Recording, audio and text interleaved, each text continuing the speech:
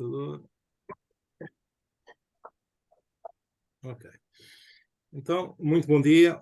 Estamos aqui relativamente ao assunto das eleições extraordinárias da Ordem dos Engenheiros da Região Sul para o Conselho Diretivo. Isto resultou segundo o comunicado da própria Ordem dos Engenheiros, resultou de uma demissão de 4 elementos do Conselho Diretivo que provocou estas reuniões extraordinárias. Hoje estamos aqui com o engenheiro Luís Machado, que é um dos candidatos, aliás, é o atual presidente, ainda em funções, do presidente, portanto, presidente do Conselho Diretivo, e que é novamente candidato. Bom dia, caro colega. Bom dia. Vou fazer, antes de mais, uma pequena manifestação de interesse, porque eu conheço o Luís Machado em 1900, aliás, conheci o Luís Machado em 1996, trabalhámos cerca de 2 anos na Ponte Vasco da Gama, no GATEL, no Gabinete da Travessia do Tejo em Lisboa, no qual eu trabalhei diretamente para ele, portanto, sendo ele o meu chefe direto.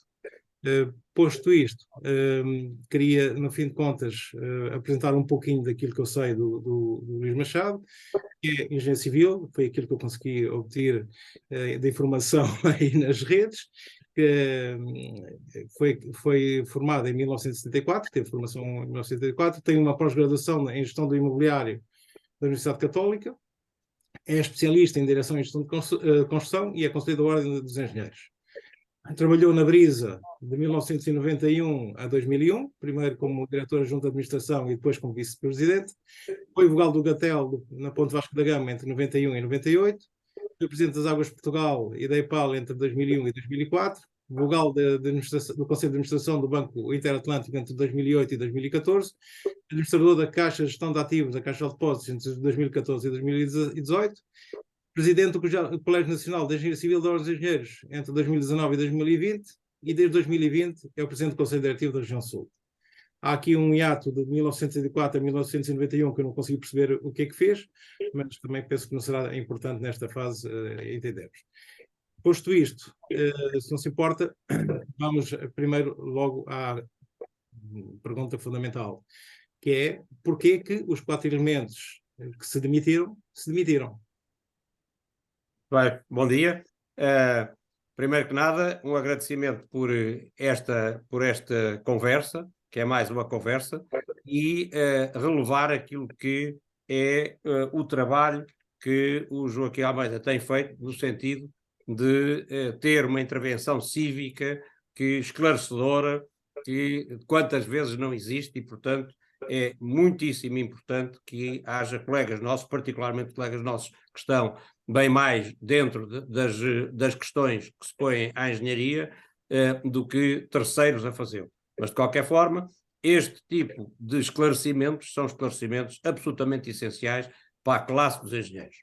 De facto, a questão que se põe agora é de que, tendo havido eleições em fevereiro de 2022, porque é que agora vamos ter deixa-me só aqui tirar uma fotografia nossa para podermos estar. Obrigado. Porque é que estamos agora em eleições? A questão prende-se com aquilo que foi a constituição da equipa que eu organizei para as eleições anteriores e para o Conselho Diretivo anterior. E nessa constituição dessa equipe, considerei na altura que o Carias de Sousa vinha de trás e poderia continuar, a Rita Moura convidámo-la para poder integrar o Conselho Diretivo. E a Rita Moura concordou e aceitou esse convite.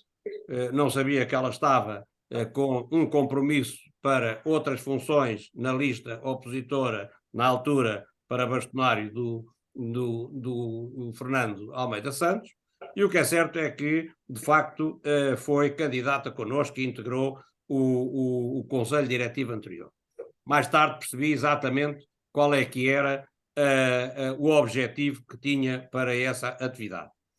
Tudo aquilo que nós dizemos é para ser publicado, é para ser dito. Se alguém tiver alguma opinião diversa, nós temos totais testemunhos relativamente àquilo que estamos a dizer.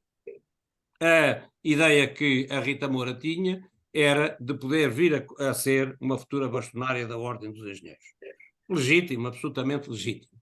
Aquilo que se passou após as eleições foi, no meu ponto de vista, um desmoronar daquilo que foi o sonho, porque, como todos nós, os colegas, sabemos, ganhou para bastonário o Fernando Almeida Santos.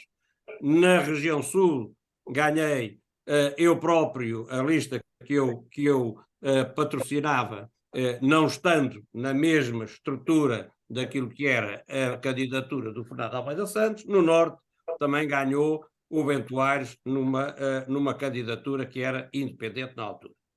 E, portanto, aquilo que terá sido o pensamento foi de que o Fernando Almeida Santos, tendo ganho, fazendo um mandato necessariamente que faz um segundo mandato, e, portanto, o sonho não se poderá vir, muito provavelmente, a concretizar. Por outro lado, também, aquilo que depois havia grande intenção em poder acontecer era de que nós, região sul, pudéssemos fazer uma oposição àquilo que era a atividade da própria Ordem do Bastonário. Quer a Rita Moura, quer o Carias de Sousa, e depois, mais tarde, também um outro elemento, não concordam com o bastonário, não concordam com o programa do bastonário. E, portanto, um segundo desmoronar do sonho foi de que nós, enquanto presidentes da região sul eleitos, aquilo que era a nossa obrigação e que foi de manter uma unidade na ordem e tentar que, com o bastonário, com os outros presidentes das regiões, no Conselho Diretivo Nacional, pudéssemos ter uma frente comum, uma unidade. E a realidade tem sido de que o trabalho do Conselho Diretivo Nacional da Ordem dos Engenheiros tem sido de grande elevação, de total convergência, cada um com as suas opiniões, mas no final sempre conseguindo convergir, e aquilo que para nós é absolutamente fundamental para a sociedade e para a Ordem dos Engenheiros é que haja uma unidade, é que haja um bastonário que transmita aquilo que são as posições da Ordem dos Engenheiros e portanto, nunca haver uma divisão.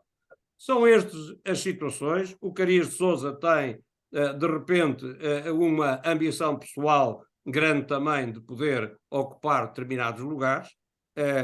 Esteve connosco na coordenação da especialização em direção da construção, liderada por mim. Esteve no Conselho Nacional de Civil, liderado por mim, e depois aqui também no Conselho Diretivo da Região Sul, primeiro ainda com o Jorge Grado Mendes e depois comigo próprio.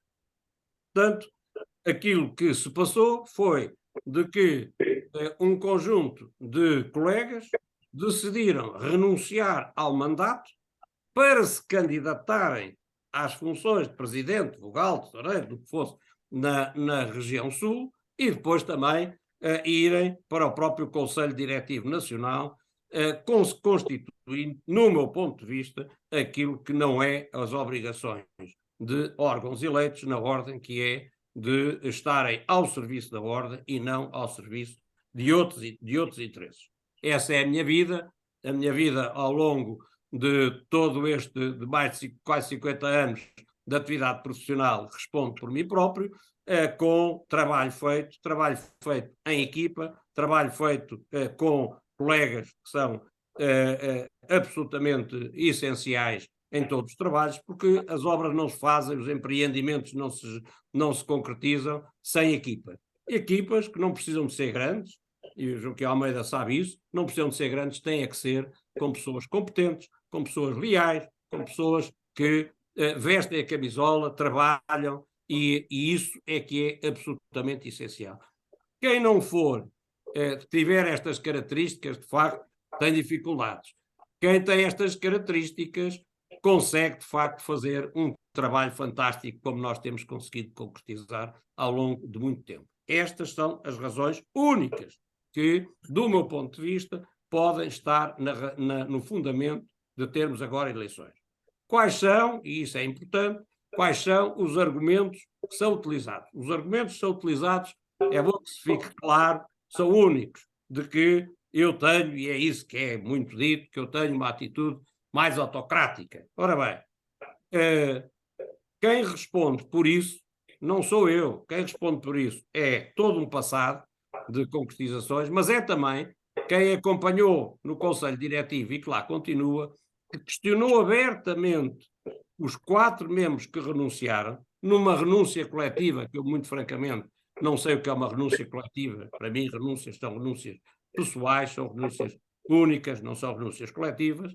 Questionou aberta, olhos nos olhos, sobre que causas é que determinaram esse posicionamento, e não houve uma única resposta. Ou seja, nunca houve, porque foi perguntado e nunca foi dito, nem aos outros membros do Conselho, nem a mais ninguém, quais é que, ou se houve uma única situação em que iniciativas que tenham sido tomadas tivessem sido cortadas, retiradas, reduzido o seu valor, de qualquer forma, não deixado essas iniciativas poderem dar. Não houve nenhuma. Pelo contrário, aquilo que há é uma permanente disponibilidade da minha parte para todas as pessoas que estão nas minhas equipas poderem ter iniciativas, porque eu gosto de trabalhar com os melhores, não gosto de trabalhar com quem tem menos categoria, todas as iniciativas que foram feitas, como teremos a oportunidade de falar,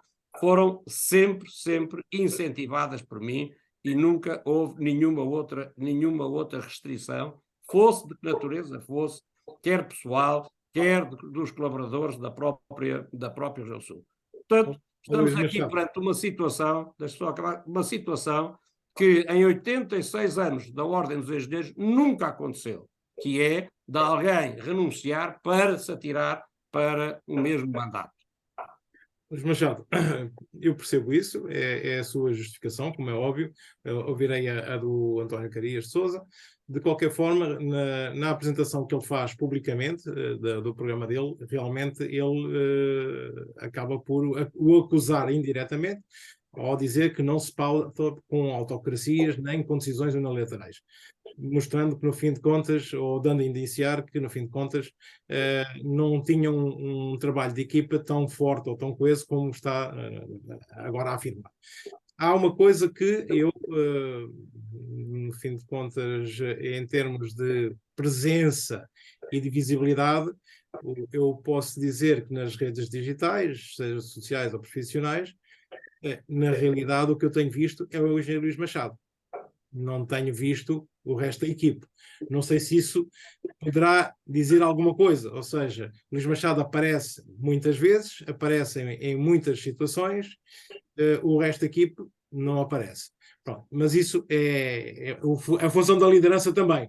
Portanto, vocês, Joaquim, se verificar, todos, não é um, são todos e cada um, têm aparecido nas redes sociais, fortemente, tem no nosso programa uma intervenção, cada um deles, portanto, não sou só eu. E quando estamos a falar de cada um, estamos a falar do próprio João Calado, estamos a falar da Sílvia Ribeiro, alto quadro da Siemens, tem aparecido, de facto, naquilo que é um depoimento absolutamente exemplar, que é na Rita Gonçalves, que é quem está hoje à frente de todas as obras da Brisa, fez um depoimento extraordinário, mas também o Luís Cameira, que é incontestado, e já vamos ver como é que eu fiz esta lista, mas qualquer um deles tem aparecido fortemente, quer em conjunto. Eu não estou a falar na candidatura, estou a falar antes da candidatura. Enquanto presidente do Conselho Diretivo da Região Sul, portanto, desde as eleições, o Luís Machado tem aparecido fortemente nas redes, enquanto que, seja a Rita, seja o António, seja todo o resto dos elementos, não tem aparecido. É por isso que eu estou a dizer que haverá aí, digamos, alguma... Isso tem uma explicação, É que, de facto, primeiro que nada, quem representa a região sul é o presidente, não é? Isso é como quem representa a ordem é o bastonário. E se for verificar, também os vice-presidentes aparecem muitíssimo menos. Mas depois também é preciso tomar iniciativas e fazer coisas. E, portanto, quem não faz coisas depois também não aparece, não é? Portanto, não há aqui nenhuma questão. A representação é do presidente, mas é preciso fazer atividades. Diga-me uma coisa, o Conselho Diretivo, depois desta demissão, continua a funcionar? O Conselho Diretivo é uma questão complexa, porque o Conselho Diretivo está em funções, por deliberação do Conselho Jurisdicional e da mesa da Assembleia Regional, e, portanto, está em funções sem qualquer questão. Necessariamente que, quando há estas demissões e quando estamos em período eleitoral, o Conselho Diretivo está em função corrente, absolutamente corrente, e, portanto, não pode tomar qualquer iniciativa nova, apenas deve fazer aquilo que é a sequência absolutamente normal da atividade corrente da Ordem. A minha pergunta é esta, por exemplo, o António Carias de Sousa é tesoureiro, não é? Ainda atualmente é o tesoureiro, que é uma função sensível, digamos, porque no fim de contas passam por eles, ou passa por ele toda a questão da gestão das cotas, do nosso dinheiro enquanto engenheiros que pomos na Ordem, e a minha pergunta é se as responsabilidades de cada um dos elementos do Conselho Diretivo continuam a ser cumpridas depois da demissão, porque como eu sinto aqui alguma crispação, às vezes estas coisas dão ao torto, não é? Tenho por norma gostar imenso de ser auditado, e em todas as funções que eu tive sempre gostei de ser auditado, e portanto todas as contas da região sul estão completamente conformes tudo aquilo que são as regras internas e externas, cumpre completamente com a lei, está completamente garantido que quer a parte de cotização, quer a parte de despesas, é completamente cumprido tudo aquilo que vem do passado e que é totalmente auditável a todo momento, sem prévia definição do que possa querer ser visto pelas entidades que forem necessárias. Portanto, isso está completamente garantido. As cotas dos nossos colegas, num processo que nós próprios iniciámos. Nós é que iniciámos uma recuperação grande daquilo que eram cotas do passado. Nós temos uma maneira de estar muito diferente daquilo que vinha anteriormente, porque uma das regras que foi institucionalizada por mim foi de que o contacto com os nossos colegas passou a ser feito pelo Conselho Diretivo, passou a ser feito por mim próprio e, portanto, tenho contactado dezenas e dezenas e dezenas ou centenas de colegas nossos para tudo aquilo que se relaciona com a Ordem, nomeadamente mesmo com cotas, com pedidos de declaração, com N situações que colocam à Ordem, e eu próprio tenho o cuidado e o respeito pelos nossos colegas para poder falar com eles. Portanto, esses aspectos estão totalmente garantidos. Muito bem. Outra questão que, no fim de contas, é um argumento do programa oposto, é de que eles são compostos por profissionais ativos e não de fim de carreira. Isto, mais uma vez, como uma afirmação indireta de que a vossa lista é composta ao contrário, né? Por pessoas que não estão ativas profissionalmente e que estão em fim de carreira. O que é que tem a dizer a isso? Bem, isso obrigado por essa pergunta, é interessantíssima.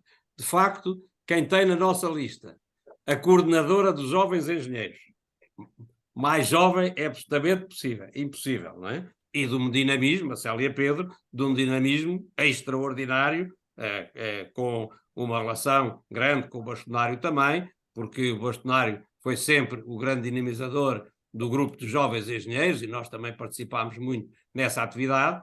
Portanto, ter a Célia Pedro como a coordenadora de jovens engenheiros, ter uma mandatária para a juventude, que é também a representante do grupo dos jovens engenheiros, de civil, nesse grupo, acho que isso é interessante. Ter uma Rita Gonçalves, que é uma jovem engenheira, pá, com um dinamismo incrível, pá, com uma responsabilidade, com uma honestidade intelectual e com uma vivência grandíssima, que está à frente de todas as obras da Brisa, com uma responsabilidade muitíssimo, muitíssimo grande, jovem, portanto está completamente em contrário dessas acusações que são feitas. Ter uma Alexandra Campos, que teve uma vida profissional ainda intensíssima, hoje na Câmara Municipal de Lisboa, mas que tem um passado também que responde por tudo, pá, é de um dinamismo, pá, e de uma vontade de trabalhar e com um espírito associativo muitíssimo grande. Dizer que está em fim de carreira é pouco razoável. Ter uma Sílvia Ribeiro, que é um altíssimo quadro da Siemens, com uma área da inovação, do empreendedorismo, completamente ainda na vida profissional, também me parece que é ligeiramente tentar deturpar aquilo que é uma realidade.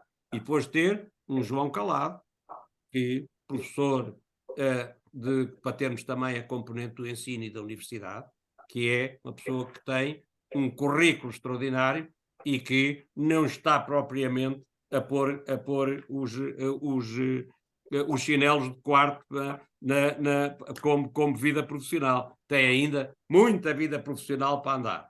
O Cameira tem, de facto, o Cameira está reformado, mas continua em grande atividade. E tem uma experiência da Ordem dos Engenheiros absolutamente incrível. Tem presidente do Colégio Nacional de Eletrotecnia, de Engenharia Eletrotécnica, com um currículo vastíssimo e que continua com uma atividade ótima. As pessoas conhecem-me, não é? Só tenho 72 anos, mas estou aqui para durar e pelo cansaço nunca ninguém me venceu, como o Joaquim sabe. E com as atividades que eu tenho, para além desta da Ordem, que é absolutamente pro bono, e porque é de facto nós darmos à sociedade, com responsabilidade, aquilo que ela ao longo de uma vida nos transmitiu. Mas isto significa que quem está à frente de uma região sul tem que se dedicar à região sul. Não pode deixar de ir lá de vez em quando.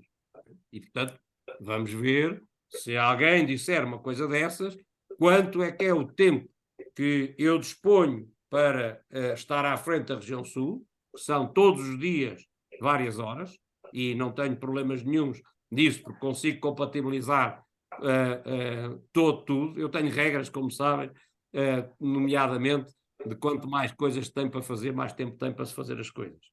E para além disso, nós temos 24 horas do dia para fazer o que está programado e depois ainda temos a noite inteira para recuperar os atrasos. Portanto, em termos de atividade, em termos de capacidade, em termos de liderança, dizer alguma coisa disso é absolutamente inadmissível. Alguém que faça esse trabalho é ótimo. Mas vamos pensar no que é que os outros fazem também, do que é a outra equipa, e isso é importante fazer. Na outra equipa, o Carias tem uma atividade numa empresa. Ótimo. Como, aliás, sempre só teve. Não teve mais atividade nenhuma. A Rita Moura, de facto, tem uma atividade grande na PTPC, essencialmente. Mais na própria Teixeira do Ato, ainda que tenha também atividades na Teixeira do Ato. É uma pessoa que tem essa atividade toda. Depois, termos uma astróloga na nossa equipa, não me parece que seja a coisa mais extraordinária. Portanto, em termos de equipas, esta equipa coesa, com uma perfeita consciência daquilo que é a responsabilidade que se assume ao ser eleito para um mandato, ou para a conclusão do mandato, e trabalhar como temos vindo a trabalhar ao longo deste período, e para além disso, conhecendo eu todos desde bastante tempo, essa é a última argumentação que pode ser dita, porque são pessoas com grande atividade pessoal, profissional, responsável. Pegando nessa questão da equipe, portanto, há aqui uma questão que é uma questão até de muita curiosidade minha, e que eu até já interpelei nas redes o colega João Calado, é que, no fim de contas, esta nova equipa do Luís Machado incorpora elementos que eram de uma oposição ainda há uns meses, ainda nem há um ano. Isto não é uma espécie de uma geringonça a engenheiro? Ora bem, quando houve esta decisão de renúncia coletiva, eu fiz acompanhar necessariamente o Conselho Diretivo das informações todas e do que se ia passando, e grande preocupação reinava no Conselho Diretivo Nacional sobre a situação, e aquilo que foi considerado é que era absolutamente fundamental para a Ordem que o mandato fosse levado até ao final, por mim próprio, e o que eu considerei é que para esse efeito e para mostrar que a Ordem está perfeitamente unida, que há aqui uma posição de todos aqueles que são responsáveis relativamente a depois de umas eleições, nós temos que ter uma unidade absoluta e não temos que andar a criar divisões ou conflitos, foi de que deveríamos pensar em fazer uma equipa que tivesse elementos ou apoiantes das outras duas equipas. Aí é que se mostrava bem, a Ordem mostrava bem, como é que trata destes assuntos depois de ter havido umas eleições. E aquilo que tive nas conversas, quer direta, quer indiretamente, com as outras duas listas, foi de que jamais iriam apresentar, e está aqui o João Calado que pode confirmar, jamais iriam apresentar uma lista concorrente depois das eleições que houve, porque isso seria verdadeiramente mostrar que havia aqui tentativas de assalto ao poder ou de interesses ou de agendas pessoais. E, portanto, aquilo que consideraram é que nunca iriam apresentar qualquer lista, era o que faltava, mas necessariamente que estavam em condições de poder tentar fazer aqui uma lista de unidade. E, portanto, esta lista não aparece como um somatório de partes, aparece como uma demonstração inequívoca daquilo que são pessoas sólidas, pessoas crescidas, pessoas que sabem que os interesses da Ordem estão acima dos interesses pessoais e, portanto, que decidiram, de uma forma humilde e construtiva, construir uma lista que fosse o somatório das diferentes listas. Portanto, não é nada que se possa considerar pela negativa, mas antes de grande consciência profissional e pessoal daqueles que integraram agora esta lista, que são, de facto, candidatos ou apoiantes das outras duas listas. E fizemos aquilo que se tinha que fazer depois de umas eleições. Porque os programas, quer para mandatário, quer para as regiões, não têm em substância coisas extraordinariamente difíceis. São complementares, têm ideias, às vezes, que um não se lembrou, ou outro não se lembrou. Mas são, de facto, os princípios básicos para quem esteja nesta atividade, nesta disponibilidade de forma limpa e transparente, não são extraordinariamente difíceis. Portanto, foi do mais fácil que se conseguiu fazer uma unidade complementar que só acrescentou, não retirou nada, só acrescentou. Não havia nenhuma questão que pudesse considerar, quer naquilo que são as grandes linhas orientadoras dos órgãos nacionais, do mandatário, quer nas outras listas, não havia nenhuma questão de conflito, nenhuma questão que fosse de facto de divergência. Não, senhor, e por isso este programa é um programa aglutinador e não um programa que tem frações ou que tem questões complexas.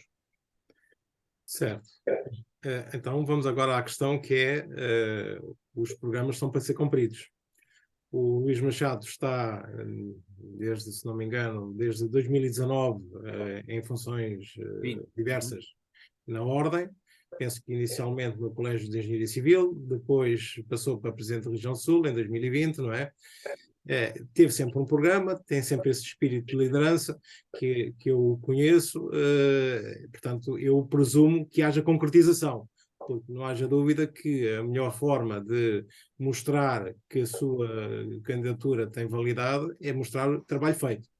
Não estou a falar em termos profissionais, que isso eu sei e conheço e toda a gente tem consciência disso. Estou a falar nesta questão da ordem, nomeadamente na defesa e na promoção da engenharia. Isto no sentido de que a engenharia, eu não queria particularizar a engenharia civil, no qual nós nos incluímos particularmente, mas a engenharia em alguns dos aspectos, em algumas das engenharias, tem sido muito menosprezada e, portanto, há necessidade e há uma vontade, digamos, de todos os engenheiros ver mais coisas feitas pela Ordem. Explique o que é que tem feito até agora, se faz favor. Ora bem, é fundamental nós conseguirmos, e isso é determinante, conseguirmos que, trabalhando para a sociedade, porque a Ordem dos Engenheiros e as ordens não trabalham para os seus membros, trabalham para a sociedade, necessariamente só fazem esse trabalho vão se valorizarem todos os seus membros e se trabalharem para isso, portanto, aquilo que é muitíssimo importante é nós conseguirmos aqui aglutinar esforços para esse efeito. Como é que isso pode ser feito? Começamos no secundário, indo ao secundário e puxando mais gente para as áreas técnicas, para as áreas de engenharia. Temos aí uma intervenção que agora vai ser muitíssimo mais dinamizada.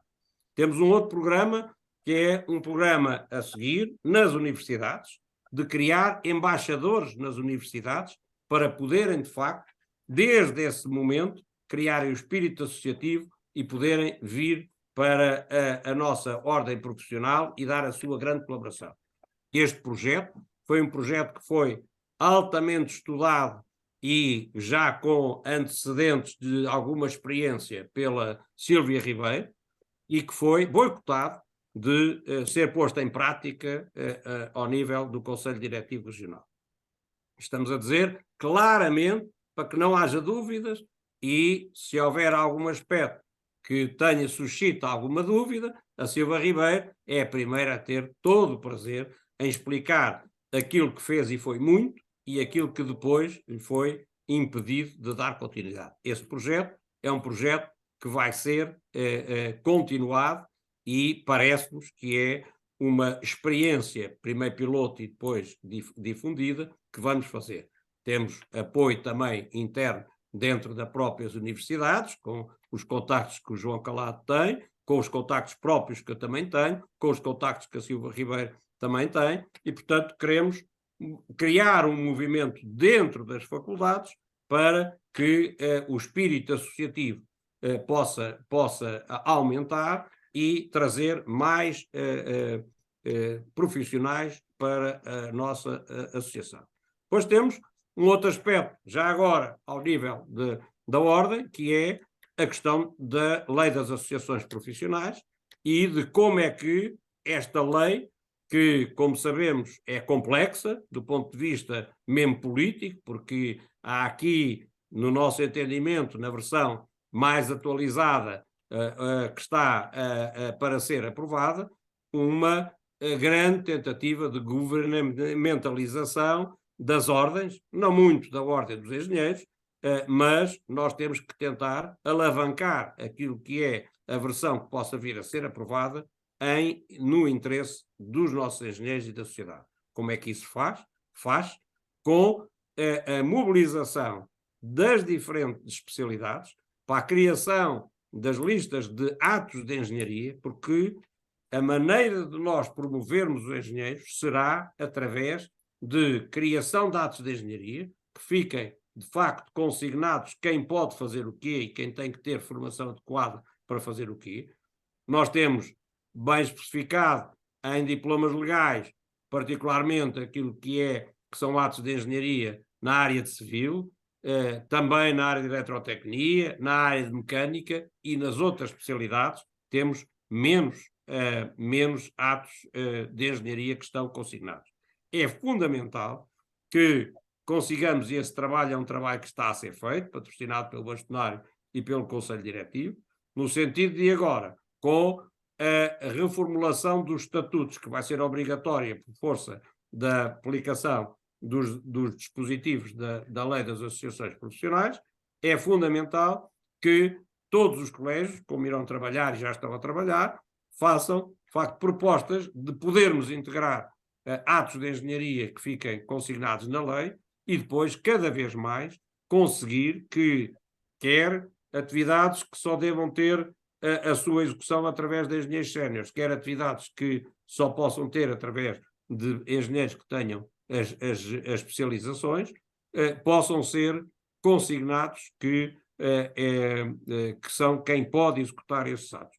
E é por aí, por uma exigência cada vez mais acrescida de responsabilidades e de qualidade, que nós podemos fazer com que os engenheiros sejam valorizados, com que os benefícios económicos, remunerações, possam ser aumentadas, porque, de facto, a desvalorização da função engenheiro ou da profissão engenheiro é grande e, portanto, tem que ser dessa forma. Por outro lado, também temos que intervir ao nível da sociedade na discussão dos grandes temas nacionais. Estamos a falar do novo aeroporto, estamos a falar da alta velocidade, estamos a falar da energia, estamos a falar da água, estamos a falar do ordenamento do território. Portanto, estes grandes temas nacionais são temas que estão a ser debatidos internamente, com a criação de grupos de trabalho que possam ter uma posição da parte da ordem. A ordem não tem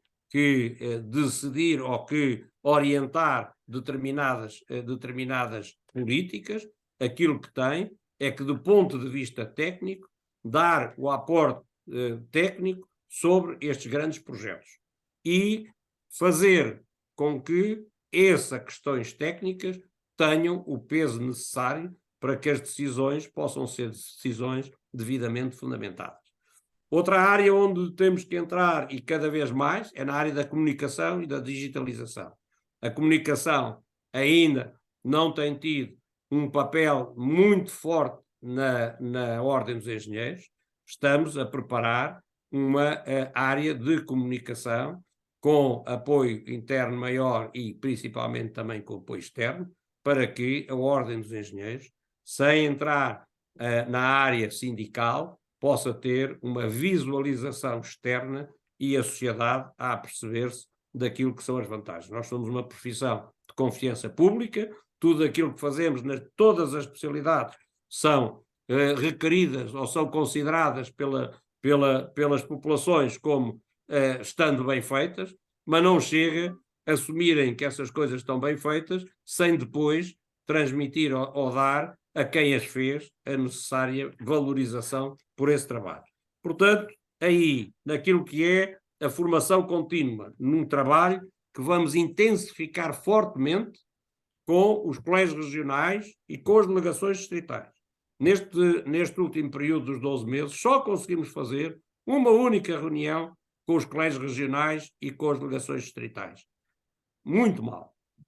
Não pudemos fazer mais.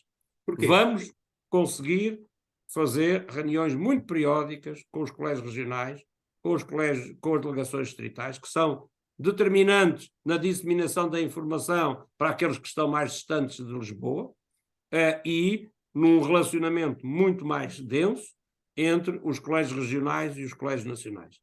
Temos, na nossa Comissão de Honra, vários tipos de colegas nossos. Colegas absolutamente de referência, anteriores bastonários. Quem é o nosso mandatário é o Fernando Santos, pessoa absolutamente incontornável, ex-bastonário e com uma posição pública e profissional exemplar. É o nosso mandatário, que fará as comunicações que vão aparecer dentro em breve nas redes sociais. Mas temos também anteriores bastonários. Temos, por exemplo, o presidente do laboratório e todos os anteriores presidentes do laboratório. Temos pessoas que são absolutamente reconhecidas por toda a gente, quer nas empresas, quer nos projetistas, quer um Tribolé, um Carlos Pimenta, um Almeida Fernandes, um João Bartolo, um Júlio Appleton, Valadares Tavares, anteriores presidentes dos conselhos diretivos regionais. Portanto, temos estes membros no Conselho Diretivo que são os nossos defensores daquilo que temos feito. E temos também os presidentes dos colégios, a grande maioria dos presidentes dos colégios nacionais e uma grande parte dos membros dos colégios regionais.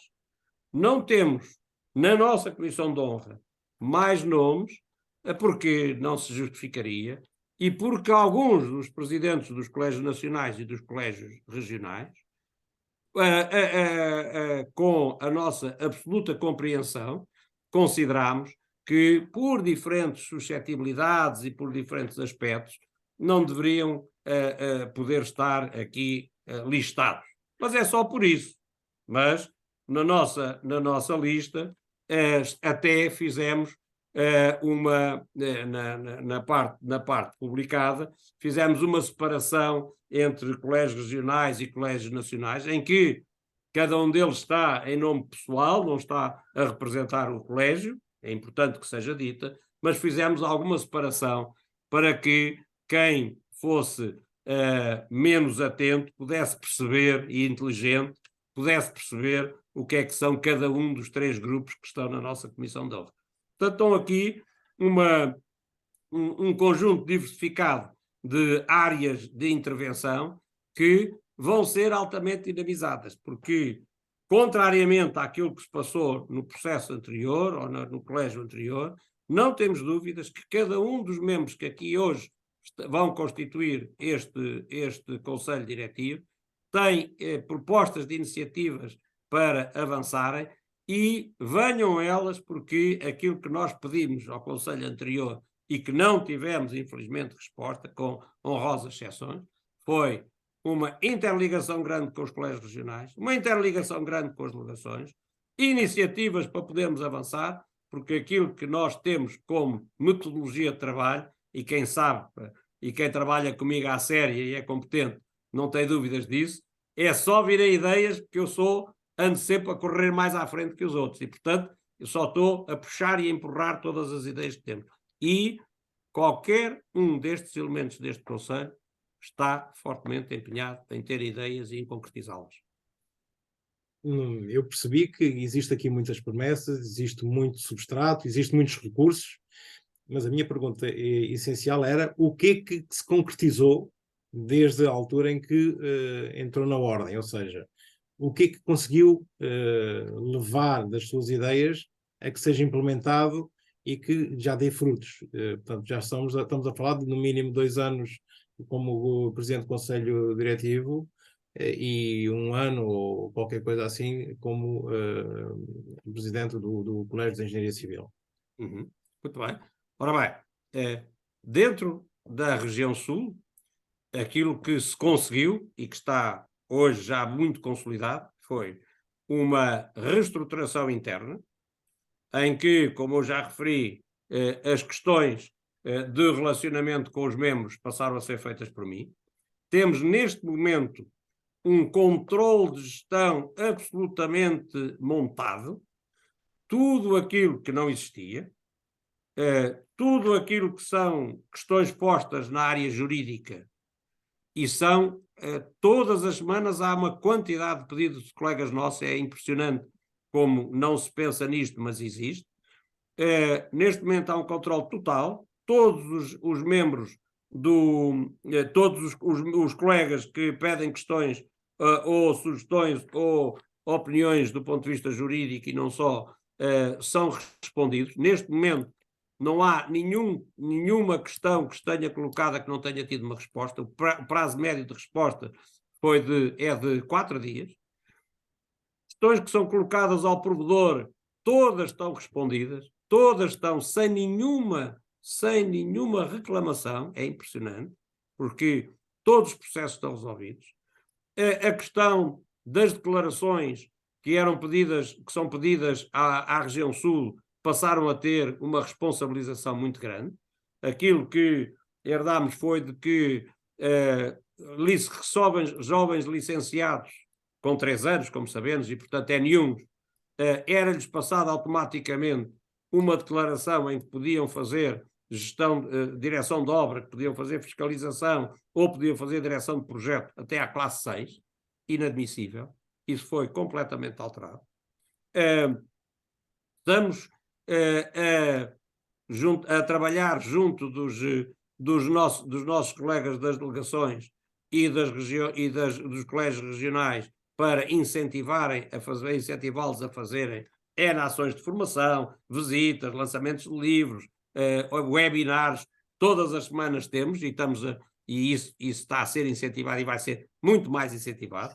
É essa uma das nossas obrigações e, principalmente, temos uma componente de colaboração ao nível das outras regiões para podermos normalizar, que muitas das coisas já estão a ser feitas nesse sentido, normalizar métodos e processos internos na Ordem, reestruturou-se toda a parte informática da região sul, está-se a colaborar na alteração do SIGOI e na modernização de tal forma que cada vez haja menos papel e cada vez tudo possa ser tratado digitalmente. Portanto, são atividades efetivas que já estão e já estão montadas para poderem ser ampliadas, progredirem nos próximos tempos. Portanto, situações diretamente feitas e concretizadas, muitas.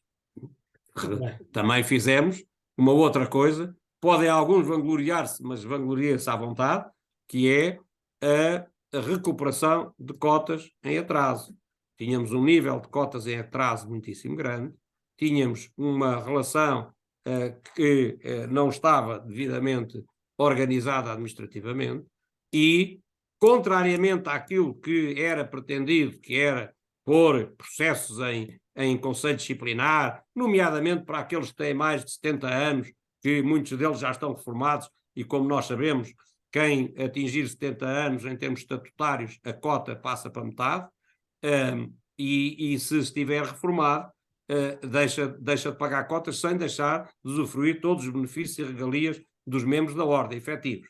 Ora bem, aquilo que fizemos foi um contacto com todos estes nossos colegas com mais idade, temos que ter um grande respeito por eles, e em vez de lhes mandar cartas a dizer que quem não pagava cotas ia com o processo para processo disciplinar, para o Conselho Disciplinar, em vez disso, aquilo que fizemos é, por respeito, falar a cada um deles e saber como é que estão, coisa que fomos altamente reconhecidos como de uma delicadeza que nunca tinha existido na Ordem, falar a cada um deles para saber como é que estão e queremos montar esta operação. Os engenheiros séniores têm muito ainda para dar e, portanto, é uma das áreas onde nós queremos intervir, é conseguir arranjar um conjunto de engenheiros séniores que possam, de uma forma totalmente disponível, ajudar aqueles que são mais novos nas dificuldades que possam ter, quer empresariais, quer profissionais. Esse é um aspecto, por exemplo, recuperado da lista RC, que é altamente favorável ao futuro e a manter ativos e a transferir o ativo que cada um desses ainda tem, cada um dos nossos membros com mais idade tem, para aqueles que têm menos idade. Portanto, atividade absoluta. Bom, relativamente ao programa, não vou discutir em detalhe, porque, no fim de contas, são sempre boas intenções e isso eu acho que acaba por ser um bocado transversal a todos os programas, digamos, das eleições. Há uma coisa que preocupa a todos os engenheiros, nomeadamente aos engenheiros que sofreram no pós-Troika uma desvalorização absoluta da sua remuneração, do seu nível de income, portanto de honorários, que é o que a Ordem poderá fazer, neste caso a região sul, que acaba por ser uma região importante em termos de associados, porque tem cerca, se não me engano, aproximadamente 26 mil membros. 26 mil? 26 mil? Certo. Pronto, cerca de 26 mil associados, portanto representa provavelmente, não é metade, não é? 50%, pouquinho mais de 50% dos membros da Ordem. 50%.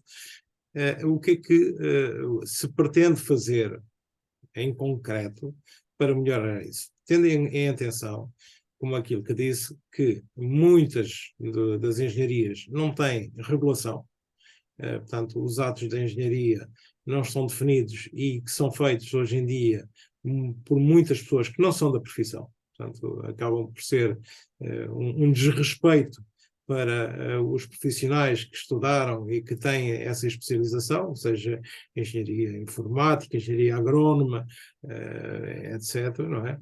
O que é que isso poderá ser feito? E em concreto, e eu agora vou falar, digamos, da nossa profissão, da engenharia civil, que também é uma das engenharias, apesar de neste momento estar minorada em termos de valorização, é uma das engenharias importantes no país, porque acaba por ser a engenharia que mantém o país a funcionar. Porque sem infraestruturas, sem pontes, sem estradas, sem casas, sem metro, sem uma série de situações, tudo o resto não serve nem tem, digamos, cabimento em termos de conforto e qualidade de vida para os cidadãos. A engenharia civil, como sabe, tem estado muito atacada em termos não só da forma como é valorizada, mas até em termos das suas funções, porque existe cada vez mais, isto é o sentimento comum a todas as pessoas que andam no terreno, cada vez mais intromissão dos arquitetos em funções que se julgam ou que se julgavam que fossem da engenharia civil. Esta situação, que acaba por ser uma situação de conflito latente entre estas duas profissões, terá que ser um dia resolvido. Quanto mais depressa melhor, para benefício dos engenheiros. O que é que a Ordem poderá fazer isso? O que é que a região Sul poderá ter como iniciativa para liderar um processo de reformulação desta questão? É das coisas mais importantes que nós temos na nossa profissão. E contamos com questões internas e externas muitíssimo complexas.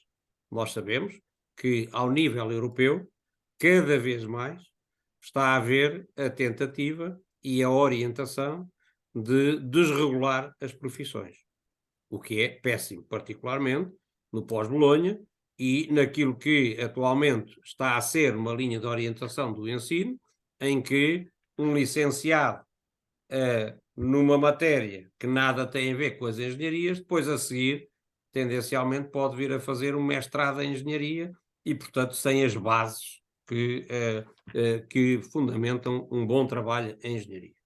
Essa é uma luta que esta lei das associações profissionais, de alguma forma, também quer entrar nessa linha de orientação, mas isto passa-se ao nível europeu, o que é muito perigoso para, nomeadamente, as engenharias. E seja a engenharia civil, seja a eletrotécnica, seja a mecânica, seja as outras especialidades.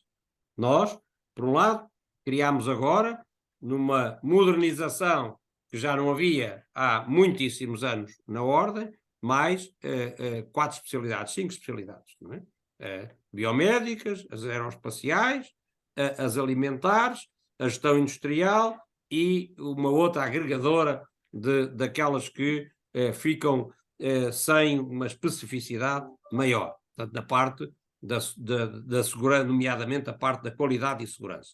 E, portanto, isto é aqui uma vontade grande de nós, por um lado, conseguirmos agregar e trazer para a Ordem muito mais profissionais que não estavam, e por outro, ir ao encontro daquilo que é a inovação, a modernidade, etc. Na área das especializações, estamos a criar a especialização em cibersegurança, mais do que atual, e estamos a pensar fazer um conjunto de outras especializações, nomeadamente uma especialização em ensino, porque hoje a questão ensino é uma questão essencial na alteração das metodologias de ensino, no acompanhamento daquilo que é uma evolução extraordinária dos métodos de ensino, e, portanto, estamos também a fazer isso. E estamos a fazer mais para a valorização. Por exemplo, vamos fazer em março uma convenção para os engenheiros municipais.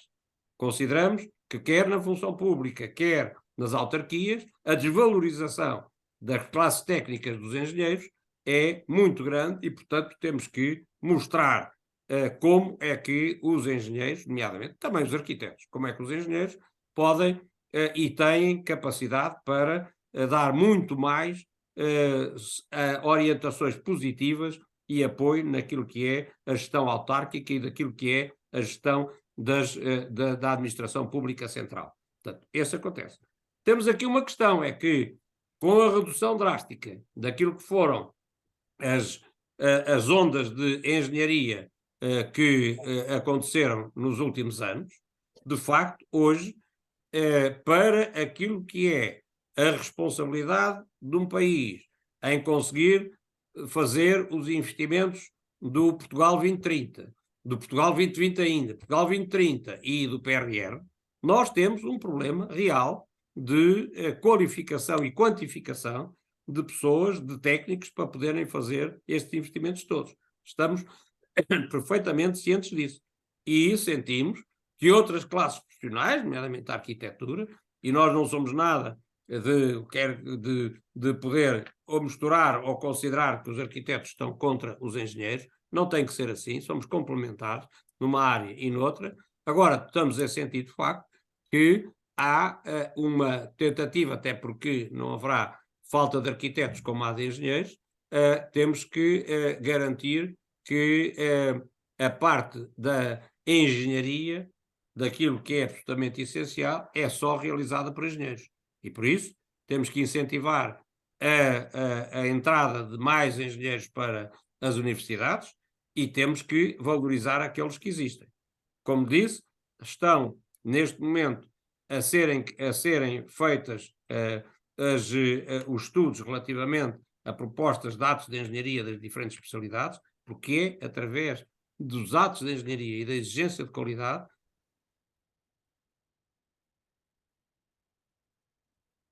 muito na parte muito de engenharia civil também, mas também nas outras especialidades, na área principalmente da construção. Fizemos recentemente uma convenção da construção e uma convenção das infraestruturas, que teve a maior das repercussões, que era ao nível do governo, que era o próprio Presidente da República, que considerou que era um setor que tinha que ser acarinhado e tinha que ser muitíssimo bem apoiado. Esteve na sessão de encerramento e fez uma intervenção muitíssimo interessante e importante.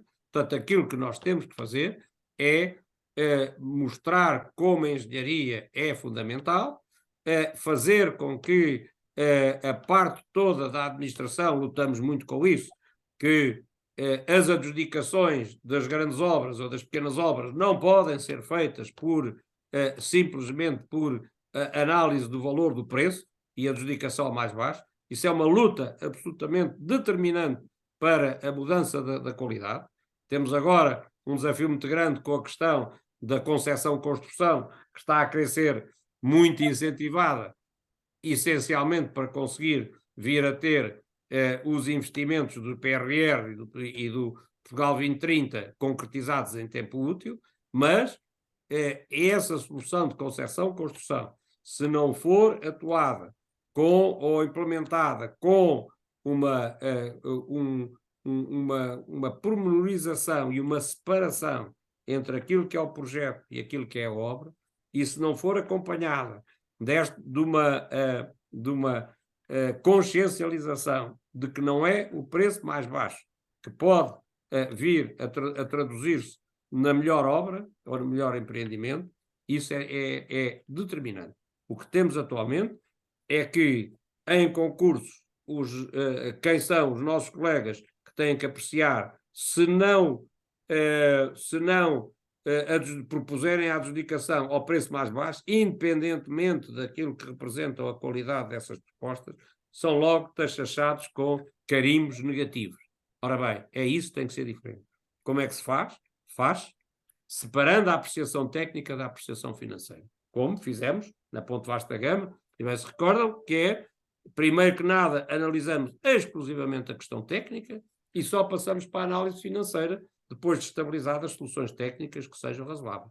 Para isso também temos que ter, ao nível dos decisores, administração central, administração local, mas também em muitos empreendimentos privados, temos que conseguir criar a mentalidade primeiro nos donos de obra e depois nos próprios técnicos de que é fundamental termos pessoas com qualidade e com competências para poderem fazer essas apreciações. É determinante. Senão, nunca conseguimos. O nosso tempo está a andar muito depressa. Isto é uma conversa que daria para mais. Eu também não quero alongar mais, porque depois torna-se difícil a visibilidade da entrevista. Há duas questões que eu ainda queria colocar. Uma delas é relativamente às cotas que os associados pagam. neste caso, por exemplo, a região sul, se forem 26 mil, são praticamente 500 mil euros anuais que a região sul é responsável. Estes 500 mil euros vai diretamente para a região, ou qual é a percentagem que vai para a região e a parte que vai para o nacional, e o que é feito com este dinheiro? Muito bem. Primeiro que nada, nós não somos nada apologistas, e há várias teorias, nomeadamente de outras listas, de aumentar as cotas. Não, senhor. Era o que faltava, aumentarmos as cotas da Ordem dos Engenheiros. A cota das Ordens dos Engenheiros é a mais baixa das ordens todas, acho que só há uma que é mais baixa. Mas aquilo que o aumento de receitas só se pode fazer por aumento de número de membros e não por aumento de cotas. Isso é, para nós, absolutamente essencial. Depois, há uma repartição de facto entre aquilo que fica na região e do que vai para o nacional. Cerca de 40% fica no nacional. O nacional tem as suas atividades todas e nós temos as da região.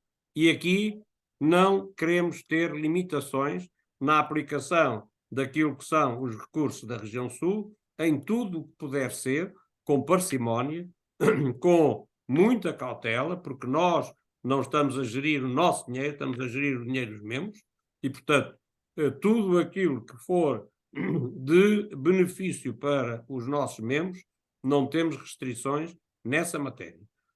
Agora, feito tudo com o maior dos cuidados. Como sabem, eu cá sou muito, muito, muito cumpridor daquilo que são as regras da boa gestão e do bom senso, e, portanto, aplicar, sermos inovadores sem sermos cobaias, fazermos as coisas com toda a amplitude possível, e não deve haver restrições financeiras para iniciativas que se devam tomar no benefício dos membros e da ordem, mas nunca excessos. E, portanto, um controle muito efetivo de todos os meios financeiros disponíveis. O feedback que eu recebo de muitos colegas é que não sabem o que é feito com o dinheiro deles. E isto é uma situação que causa e muitas vezes antipatia relativamente à ordem. Muitos dos colegas estão na ordem porque têm que estar, devido às declarações, etc, etc. Outros não estarão porque não têm que estar, mas os que estão sentem uma frustração em não saber o que é que fazem com o dinheiro da ordem. Não seria interessante a região sul tomar a iniciativa de alguma forma ser mais transparente na utilização dos dinheiros e até ou ter digamos, uma informação disponível no site sobre aonde estão a ser alocados os recursos financeiros que todos os associados, no fim de contas, contribuem? Nós temos as assembleias regionais, onde, para além de apresentarmos e ser aprovado o plano de atividades e o orçamento para o ano seguinte, também temos a Assembleia Regional, onde são analisadas as contas e apresentadas as contas, e temos um conselho fiscal também que analisa as contas todas. Portanto, nesses aspectos temos, e aquilo que eu normalmente, com os nossos colegas, justificadamente põem essas questões, aquilo que nós pedimos é colabore connosco, ajude-nos a ter iniciativas, diga o que é que nós podemos fazer mais. E, portanto, para além daquilo que nós temos logo por base de fazer, ajude-nos, diga-nos o que é que nós podemos fazer mais. E nós cá estamos para dar sequência. E temos feito algumas situações dessa natureza, que nos têm chamado a atenção disto ou daquilo, e nós estamos completamente abertos, mas completamente abertos, para podermos ter. Aliás, queremos fazer reuniões com os novos engenheiros, vamos passar a ter umas sessões de integração dos novos engenheiros, da mesma maneira que muito gostaríamos de ter mais participação, e tentamos fazê-lo, mais participação de todos os membros, e digam aquilo que nós iniciativas que possamos fazer, que este Conselho Diretivo vai estar completamente aberto a poder materializar. E trazer essas pessoas a ajudarem-nos. O Conselho Diretivo não funciona sozinho, este Conselho Diretivo vai agregar para cada coisa, para cada iniciativa que possa existir, vai agregar todos aqueles que quiserem colaborar. Mas eu percebo que existe, no fim de contas, instituições, ou seja, organização dentro da ordem, relativamente à gestão dos dinheiros, que funcionam. Seja, no fim de contas, o Conselho Fiscal, seja a própria Assembleia onde são discutidos. Mas a participação da maior parte dos colegas não entram aí. Ou seja, mesmo a Assembleia de Representantes é uma situação que todos pomos muitas vezes em dúvida para que é que serve, porque a maior parte das pessoas não estão, digamos, motivadas sequer para ir, porque não, ou é porque estão longe, ou porque, etc, etc. Não vou estar agora aqui com pormenor de detalhes, mas a verdade é que existe pouca ação, digamos, por parte dos associados nisso. Existe esta frustração. Eu não sei se até para incentivar uma maior iniciativa e participação, se não seria interessante, tal e qual como já se faz em muitas organizações públicas, digamos, num portal, a termos total transparência daquilo onde são alocados. Isto não tem nada a ver com depois o outro, digamos, a outra fiscalização que é feita internamente. Mas pelo menos para termos, digamos, essa informação e as pessoas poderem dizer, olha, isto é assim, isto é assado, não vamos estar, digamos, a pensar mal, que é o que existe muitas vezes, de onde é que são aplicados os nossos dinheiros. Pronto, é uma sugestão. Não, é essa. É falado por muita gente me coloca sempre esta como a principal frustração de que onde é que estão aplicados, onde é que são alocados os dinheiros que eles pagam e, portanto, há este distanciamento. Nós vamos fazer mais, vamos fazer um observatório, estamos a montar um observatório de engenharia e, portanto, para podermos ter as opiniões dos membros da Ordem sobre grandes temas. E, portanto, esse aspecto está a ser montado, da mesma maneira que vamos fazer inquéritos sobre vários assuntos a todos os membros, para tentar exatamente poder receber propostas e ideias dos membros da Ordem, e vamos fazer isso a nível mesmo nacional com a contribuição das regiões, para podermos receber sugestões de novas atividades, mas a questão da transparência, isso para mim é uma ideia boa e não é nada que não se possa fazer completamente, pá, com todo o interesse. Uhum. Recentemente deu uma entrevista ao Jornal de Negócio em que fala sobre... Jornal Económico, peço desculpa. Em que fala sobre a sua opinião relativamente ao aeroporto, à travessia do Tejo, ou uma nova travessia do Tejo, e depois, relativamente, digamos, nos últimos parágrafos, alguma coisa sobre a questão destas eleições. A minha questão é, temos um ex-bastonário, no fim de contas, a estudar ou ser responsável, indigitado pelo governo, pela questão da análise do aeroporto.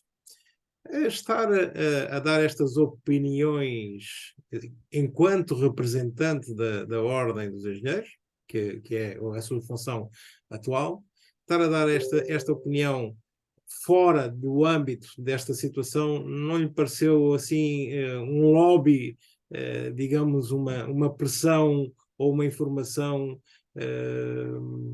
não tão adequada? Ou seja, onde é que está o enquadramento da sua opinião face, no fim de contas, à própria Ordem dos Engenheiros em termos nacionais e até de um ex-bastonário que é o responsável neste momento por uma comissão que está a analisar esse processo? Claro.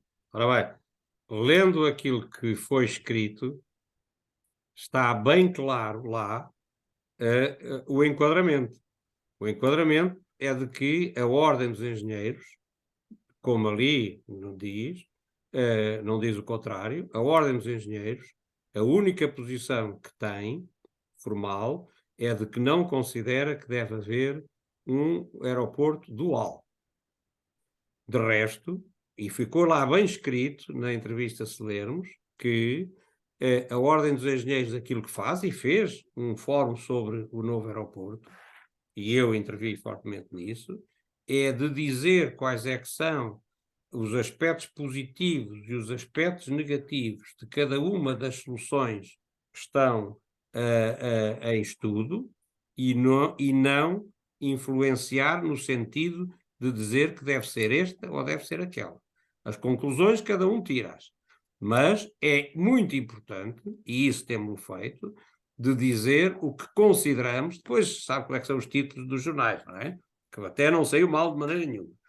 Mas o texto diz claramente, lá, podia não ter sido utilizada essa parte, mas foi, felizmente, nós não controlamos o que é que estava escrito, mas foi a dizer que a Ordem, não, e eu próprio, tenho ideias próprias, mas aquilo que nós dizemos são os aspectos positivos, os aspectos negativos, as mais-valias, as menos-valias, que tem cada uma das soluções. Não entrar na discussão da opção. Essa é a seguinte, não é? E nós sabemos bem trabalhar estes aspectos, porque na Ponte Vasta Gama tivemos exatamente os mesmos problemas de localização, os problemas ambientais, os problemas financeiros, e nunca ninguém nos ouviu que deve ser aqui ou lá, mas estudar as coisas todas, analisar em multicritério qual é que deve ser a solução e depois tomar a solução. Está lá bem claro que nada lá está dito que deve ser aqui ou deve ser acolá.